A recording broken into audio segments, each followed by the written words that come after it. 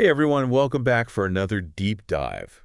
We've got a really interesting one today, all thanks to you guys. Yeah, this is going to be fun. You sent in these fascinating excerpts from, let me see if I can get the title right.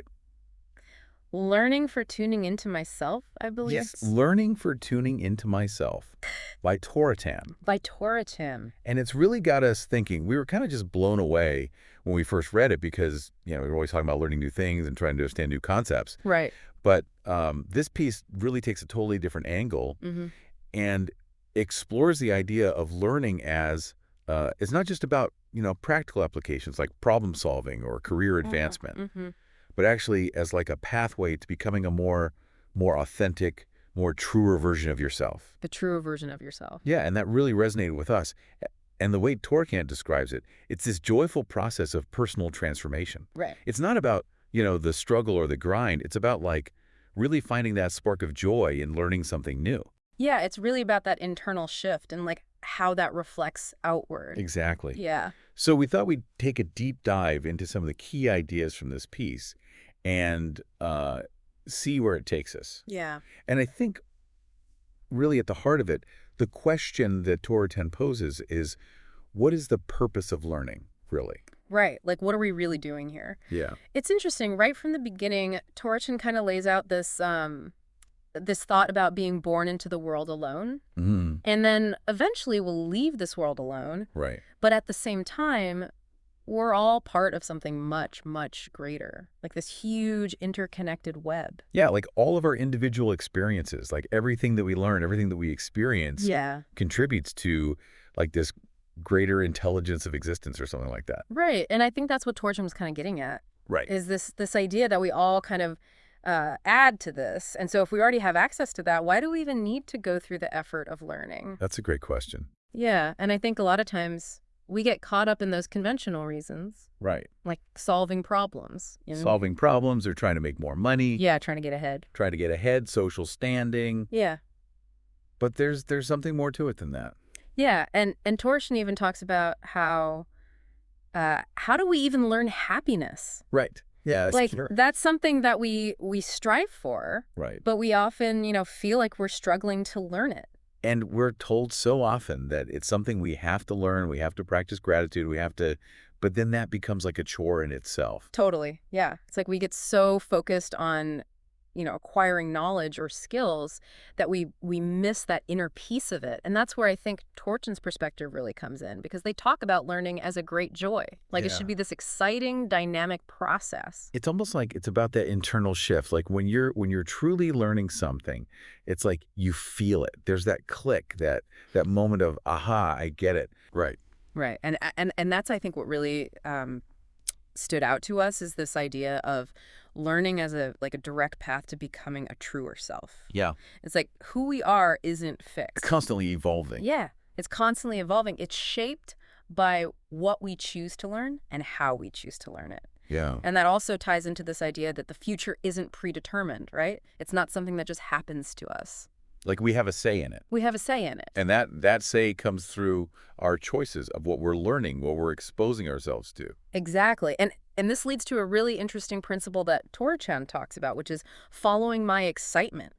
Like we should be choosing experiences that really bring us joy. That light us up. Yeah, yeah. And that should be the driving force behind our learning, not, forcing ourselves to do things that we find tedious or boring. Yeah, no more of that no pain, no gain kind of mentality.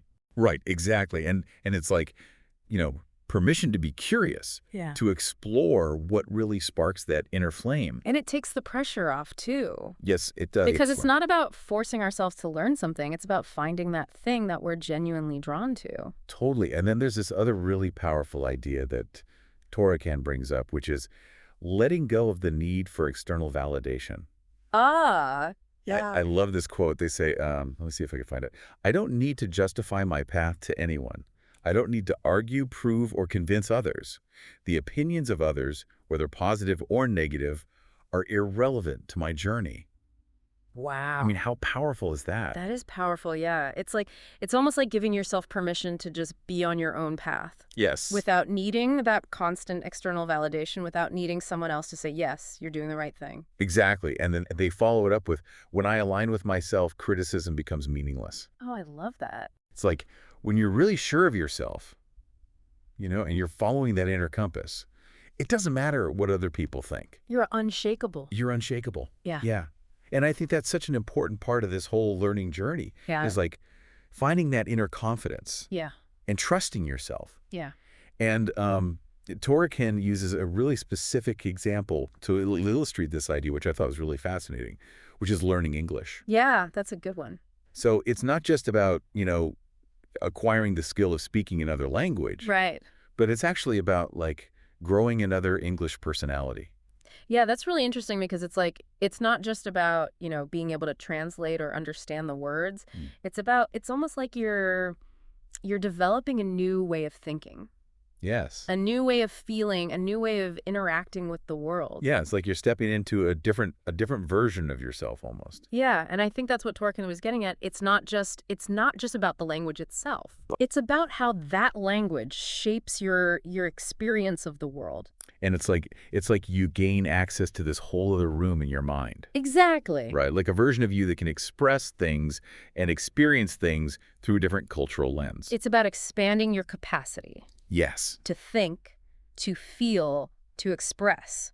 And this actually leads really well into this analogy that Tora-Chan uses about the brain, which I think is really powerful. Oh, yeah, I love this part. They talk about the brain not as a storage unit, which is how we often think about it, but as an antenna. An antenna. Right. It's this receiver, and our neural network is designed for resonance. So it's not about, like, cramming more information into our heads. Right. It's about tuning our brains to pick up on different frequencies. Yeah, like think of it like tuning a radio. Oh, that's a good one. You're not just getting more equipment, you're adjusting the receiver to pick up on a specific wavelength. Right. So learning English or learning anything new, like you're training your neural network to vibrate at a different frequency. To be able to recognize and express new ideas. And I think that's where this concept of resonance really comes in. Yeah, because as that English personality or any kind of new understanding that you're developing matures, it naturally starts to attract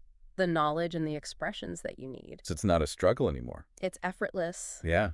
It's like it flows. It just flows, and the right words come to you, the right ideas, the right connections. And it's not just about, language or concepts. It's also about the people that we attract. Right. Like by tuning into a particular frequency through learning, we naturally start to attract like-minded individuals. People on the same wavelength. Yeah. People who are interested in similar things. People who vibrate at a similar frequency. And that's how we build those deeper connections. Right. Right. It's like learning becomes this filter. It's almost like this magnet that's drawing in the people who resonate with who you are and what you're interested in.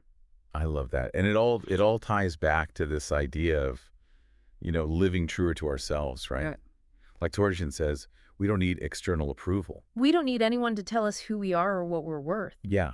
Our value isn't determined by what other people think. Right. It's about self-love. Self-love. It's about trusting your own journey, even if it's different from everyone else's. And then there's this really powerful statement that Tora-Chan makes. When I shift through learning, the world around me shifts too. Wow. Like that really hit me. That's huge. It's like our internal transformation doesn't just stay inside of us. It ripples outward. Yeah. And it changes how we experience everything. It changes our reality. It changes our reality, exactly. So, to kind of bring it all back to what we were talking about at the beginning, this deep dive into Tora-Chan's piece, it highlights learning as not just a means to an end, but as a journey of self-discovery. Right. It's about finding joy, following your interests, and ultimately becoming more aligned with who you truly are. And in doing so, we change not only ourselves, but also the world around us. Exactly. And the connections that we make. Yeah. So for everyone listening, think about something you've been wanting to learn. Mm-hmm. And instead of focusing on the outcome or what other people will think, consider this. Yeah. What truer version of yourself might you be stepping into just by following your excitement and trusting that process of learning? It's something to think about. It really is. Thanks for joining us on this deep dive, everybody. Thanks for listening. We'll see you next time. See you next time.